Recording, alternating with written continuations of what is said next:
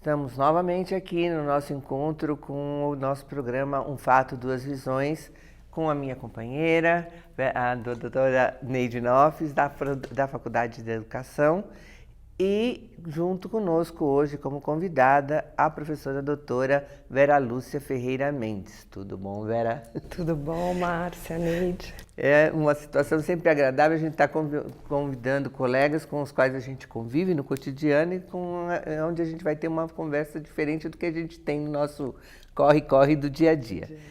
Você tem trabalhado num programa importante, né, que é um programa de PET quer dizer... Programa de Educação Profissional. Programa de Educação Profissional.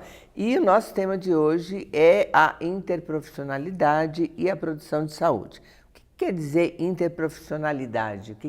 Qual é a perspectiva que esse nome nos traz? Então, escolhi esse tema, evidentemente você já anunciou, porque a gente está, eu e vários colegas da Faculdade de Ciências Humanas e da Saúde, envolvidos nesse debate, nesse projeto. Na verdade, o termo interprofissionalidade e produção de saúde, quer dizer, essa relação, ela convoca a gente para pensar uma coisa que é o cuidado em saúde, ou os problemas de saúde, sejam eles, vamos imaginar, já estabelecidos, ou mesmo para você atuar em prevenção, em promoção à saúde, etc., eles são sempre problemas muito complexos, né? Porque a despeito da especificidade do agravo à saúde, que às vezes é muito conhecido, muito pesquisado, etc., as pessoas adoecem ou não por um enorme contingente de determinantes sociais. Né? Depende das condições de vida, depende de uma série de coisas e também o seu tratamento, a resposta ao tratamento, etc. Então, educação, cultura, uma série de elementos. Ou seja, então essas singularidades e esse conjunto de determinantes faz com que os problemas de saúde sejam mesmo de fato muito complexos de serem abordados. E a gente tem observado, quando eu falo a gente, universidades, trabalhadores em saúde, pesquisadores, mas também os organismos que cuidam e monitoram a saúde mundial, a Organização Mundial de Saúde, Organização Pan-Americana de Saúde, os ministérios, governos, secretarias, que para você ter uma resolutividade melhor com os problemas de saúde no sistema, uma das chaves essenciais é o trabalho interprofissional, ou seja, a ideia de que nenhum conhecimento sozinho, nenhum conhecimento disciplinar, ou seja, do núcleo disciplinar isoladamente, é capaz de responder de modo adequado. Quer dizer, nós vamos quebrar com um paradigma antigo de que saúde se refere à medicina e medicina trata do indivíduo doente. Sim, exatamente. Isso é um avanço enorme. Acho que é uma boa tradução.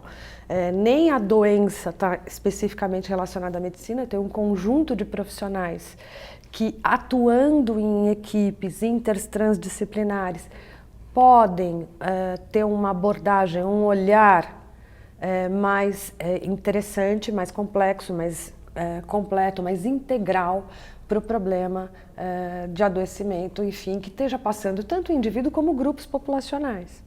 Quando você fala em interprofissionalidade, quais são as profissões que você entende por afins nessa área da saúde e que estão contribuindo para essa articulação? Então essa tua pergunta é super legal, Neide, porque assim, oficialmente você tem algumas profissões consideradas profissões de saúde, né? São várias, enfim, fono, físio, aqui a gente tem curso na PUC de fono, de físio e de psicologia, medicina, enfermagem, mas você tem vários outros profissionais de saúde considerados oficialmente, enfim, nutricionistas super importantes na rede, educadores físicos e uma série de outros aí profissionais. Mas a questão é que também vamos pensar a questão de que na saúde, nos territórios, quando a gente produz saúde e ele depende das condições socioambientais, culturais, nós estamos falando de uma outra coisa também, que é a intersetorialidade. Que aí ela pega...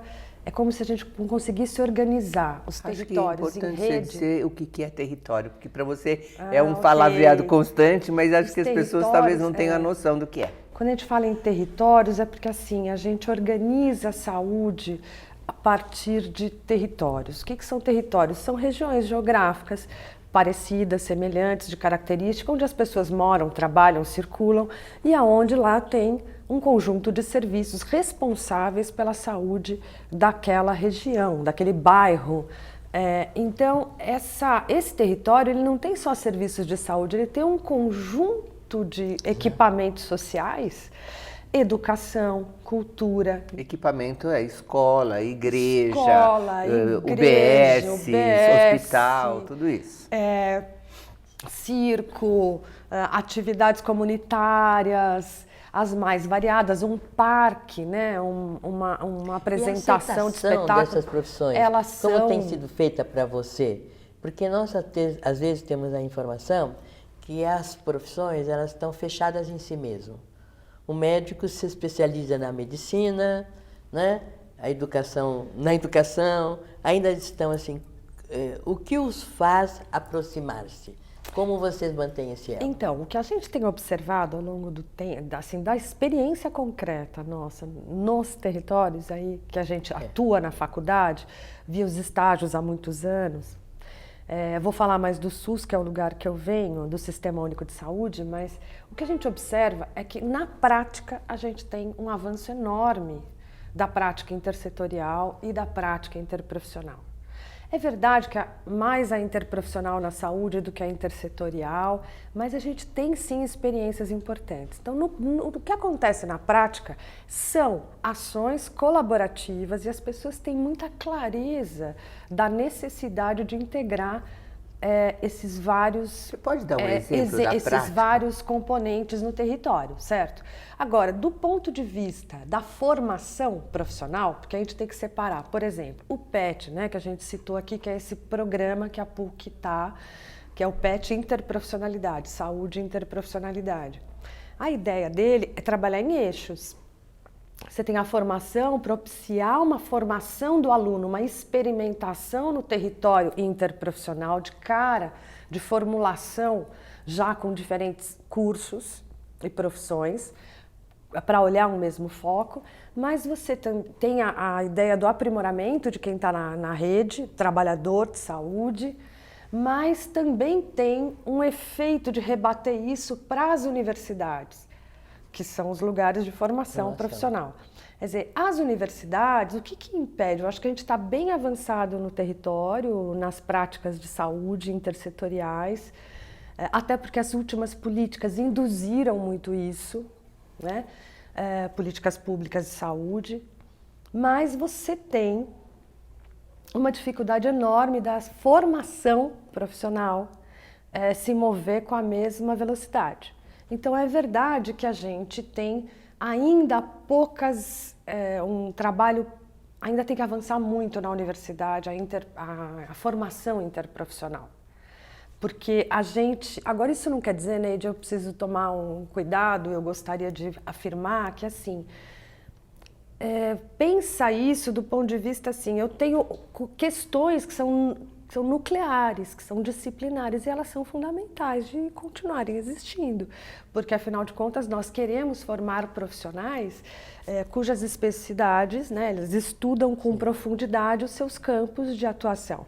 Então isso precisa continuar acontecendo, né? Eu vou dar exemplos assim, eu quero um psicólogo que maneje bem técnicas terapêuticas específicas, eu quero um cirurgião que conheça técnicas cirúrgicas, eu quero um educador, um professor capaz, né, didaticamente, de transmitir o conhecimento, etc. Então tem o conhecimento nuclear, que a gente chama, que é o disciplinar, e ele é muito importante de continuar avançando.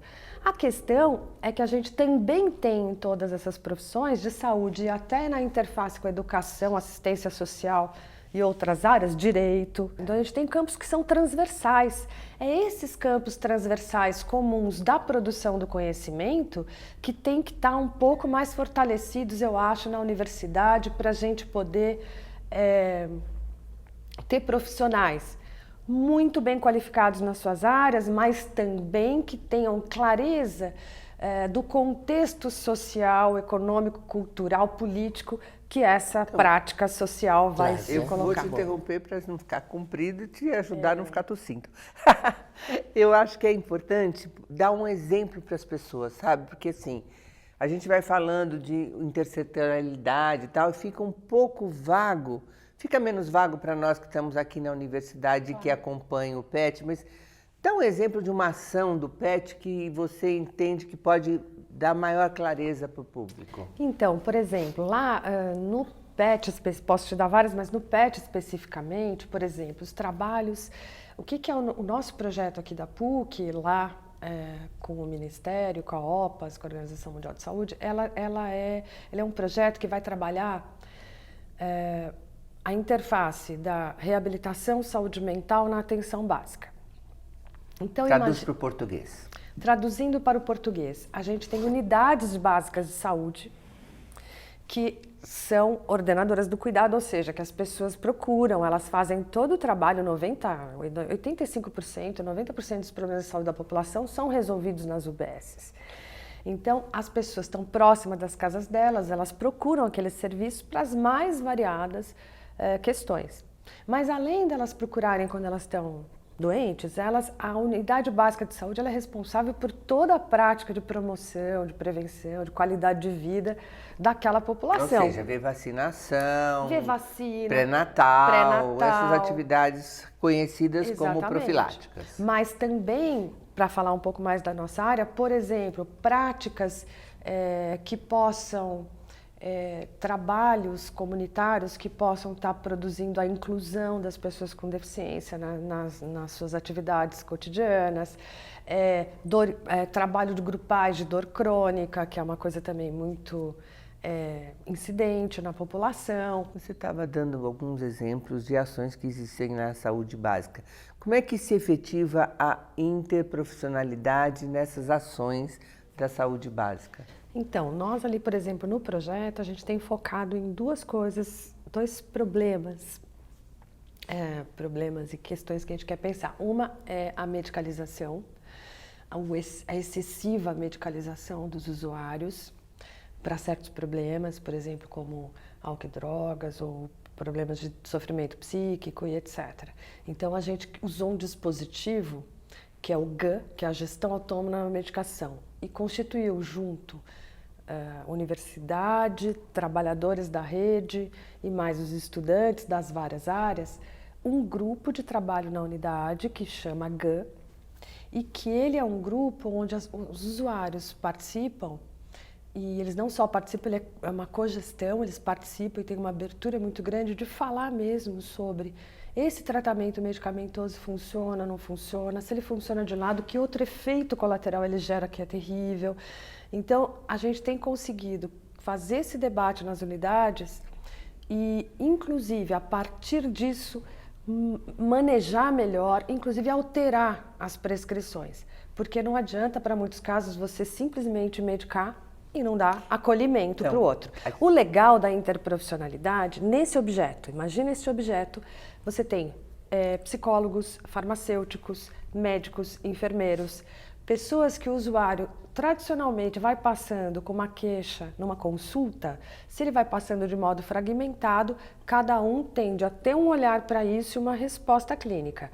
Na hora que você torna esse problema um problema da equipe e aonde toda a equipe senta para, a partir daquela necessidade do usuário, daquele coletivo, pensar um projeto terapêutico para ele, isso começa a vir vários saberes e aí fica claríssimo e a gente evita, por exemplo, que esse paciente saia da unidade meramente com um medicamento para tomar. Ele não sabe mas ele serve, ele não tem dinheiro para comprar, ele não sabe, ele não consegue, e ele está só sendo medicado sem ter tido o apoio necessário para as questões dele. E é muito legal assistir esses exemplos, Mário, porque é em ato, na prática, que você olha e pensa, o farmacêutico conhece muito e nos traz um conhecimento enorme. Medicamentosa. E que aí o médico também, e aí o psicólogo e fisioterapeutas e etc., porque alguns medicamentos dão dor, corporais.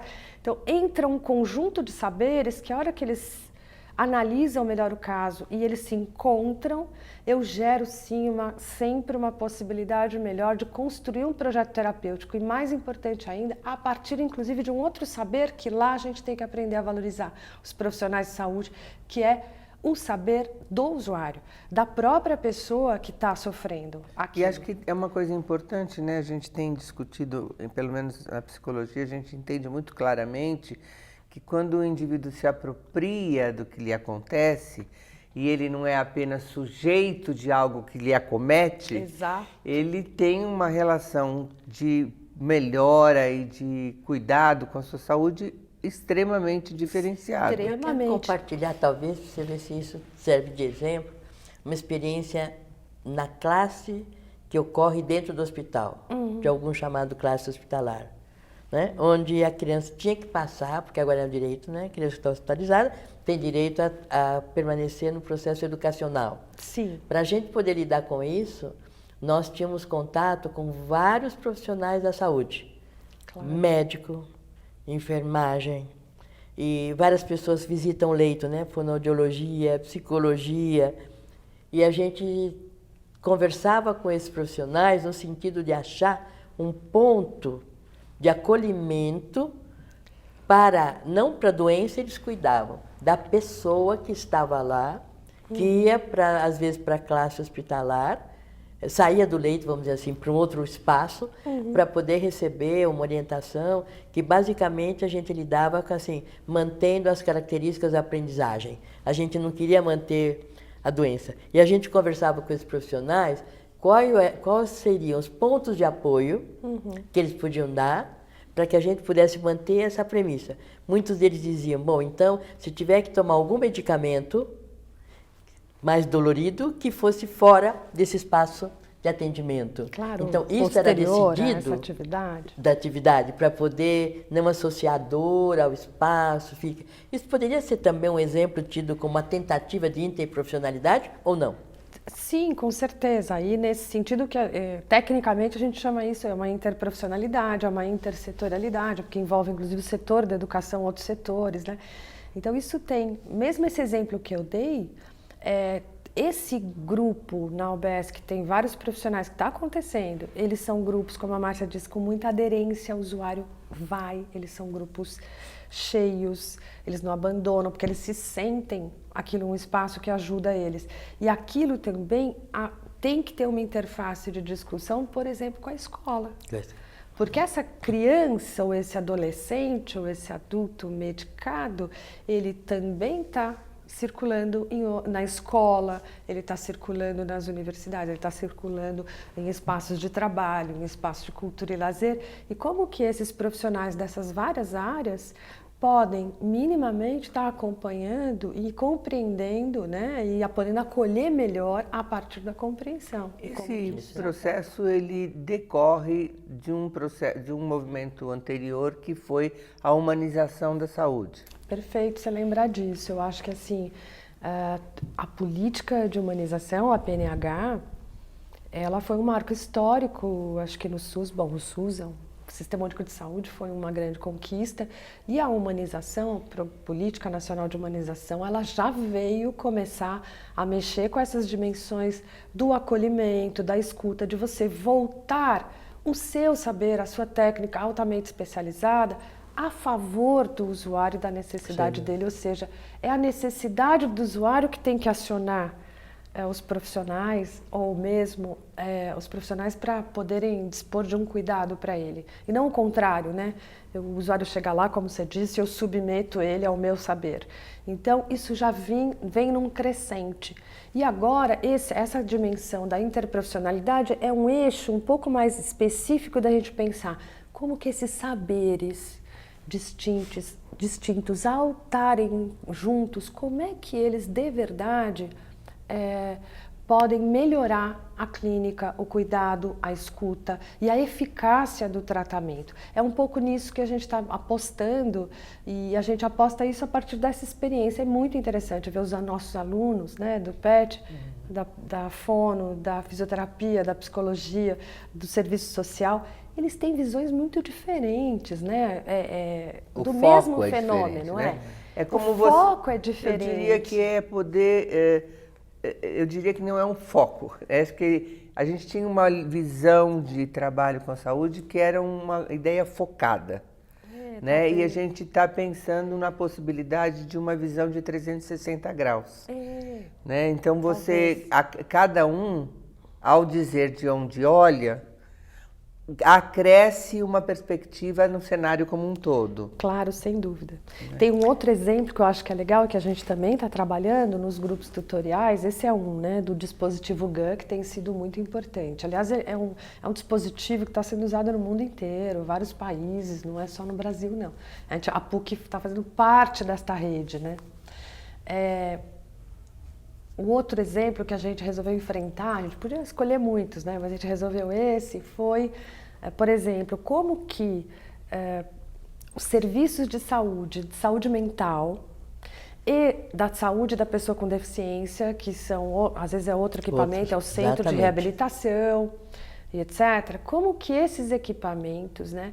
E essa rede, as equipes de atenção básica, o CAPS infantil, no caso, como é que a gente lida com a problemática da infância e da adolescência no território. Para quê? Porque existe, por exemplo, aí a gente já sabe, em tese, que a saúde mental, a questão da infância, do sofrimento, do transtorno global do desenvolvimento, tem uma interface muito grande entre a saúde mental, os psicólogos tradicionalmente trabalhando com isso, tem uma formação sólida e importante, mas também tem a fonoaudiologia, a fisioterapia e outros profissionais da reabilitação nessa interface, ou seja, do sofrimento psíquico e do déficit cognitivo, né, da deficiência intelectual. Isso é uma interface muito grande entre esses serviços e eles têm atuado de modo muito separado no território. Então a gente resolveu ir lá e juntar essas equipes todas com os seus diferentes profissionais e com as suas diferentes, às vezes, visões, concepções, teorias, etc., sobre o fenômeno desenvolvimento infantil e produzir ali um debate e também práticas mais coletivas, práticas que integrem melhor, né, para que a gente possa dispor melhor dos serviços. O que eu sinto que é muito legal é que ao invés do prontuário ter um relato inseparado das especialidades, que antigamente era assim, né, na frente de cada leito tem o seu prontuário, os profissionais dialogavam com a informação anterior. Ou seja, não é só o que o médico falou isso, mas o outro falou aquilo, eu vou falar o quê? Sim, então, essa tentativa de articular o olhar para aquilo que veio antes e aquilo que virá depois, eu acho que é um esforço bastante grande e não é recente, não é? Ele faz parte do prontuário único, né? O prontuário único, ou a gente quer fazê-lo eletrônico. Tem que fazer eletrônico. A maioria já, mas ainda... Então, já está eletrônico. Mas, de ainda qualquer forma, a forma de registrar no prontuário, né? É que o prontuário é único, né? Quando Sim, você faz único. um prontuário Então, único, é o que você promove, você produz isso. Você produz a conversa, todos os profissionais, a partir do prontuário dele. E não, a psicologia tem o seu prontuário, o médico tem o seu, o outro tem o seu, às vezes os pais do mesmo adoravam paciente. essa ideia, viu? Posso te falar que no hospital os pais adoravam, porque o prontuário é uma coisa que ficava ali no leito exposto, né? Claro, então, eles percebiam a tentativa de diálogo, mas não era muito fácil não, viu, Maia? Não, às vezes, mas eu acho que a gente tem não. que encarar, assim como essas coisas, o prontuário é único há algum tempo. O prontuário é único, como a informação dispositivo, que é um sujeito só, né? Porque é um sujeito só. Agora, o modo como a gente registra também e o quanto isso provoca de conversa, temos que entender, às vezes, essas pequenas divergências, né, eventualmente, como produtivas para refletir o melhor caminho para o cuidado do paciente. Então, assim, um exemplo, Márcia, que você pediu ali dessa interface, dessa articulação, eu vou colocar o exemplo mais claro e evidente, que assim, a gente está falando de uma série de coisas. Nós vamos pensar em pessoas com transtorno do espectro do autismo, que elas exigem cuidados, crianças que podem ser adultos também, mas enfim, crianças que exigem cuidados E eles exigem um cuidado ampliado. Essa família tem que ser acolhida na atenção básica. Eles não podem sair da atenção básica porque essas crianças também precisam ser acompanhadas na sua saúde. Então, a equipe da atenção básica tem que estar preparada para o manejo dessas crianças, dessas famílias. Mas elas precisam de atenção especializada, em geral. Então, elas podem ter isso, nesse caso, tanto nos CAPS infantil como no centro de reabilitação. Porque eu tenho equipes lá preparadas, eventualmente, para atendimento desse caso.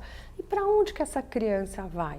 Vai para um lado ou vai para o outro? Será que ela tem que ir para um para outro? Será que essas equipes não podem trabalhar dentro das suas competências e juntas, ao analisar o caso, traçar um projeto terapêutico onde ela começa aqui, depois ela talvez continue em outro lugar, ou as equipes se matriciam e tanto faz exatamente onde ela está, e elas podem receber o que importa é que elas recebam o atendimento necessário.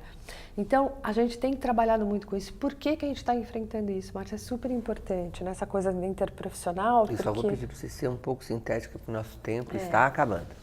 Porque esse é um campo, por exemplo, muito minado, porque socialmente, inclusive, né, as organizações de famílias das pessoas com autismo têm posições muito fortes, muito claras, reivindicações, e às vezes elas têm preferências para certos modelos, etc. E eu acho que se a gente faz um esforço na rede, de novo, nos territórios, nos bairros, onde essas pessoas têm que ser atendidas, nas redes de atenção à saúde, para que essas redes, ao usar o dispositivo da interprofissionalidade como um elemento de troca, de potencialização do cuidado, cada vez mais a gente vai responder melhor às demandas da população, e é o que a gente tem que fazer como profissional, como às vezes gestor público, é tentar organizar o melhor possível o serviço para o benefício da população, né? Então eu queria fazer muito mais perguntas, porque acho que é um campo interessante, complexo, e, de uma certa maneira, que rompe com muitos paradigmas do que a gente pensa a saúde.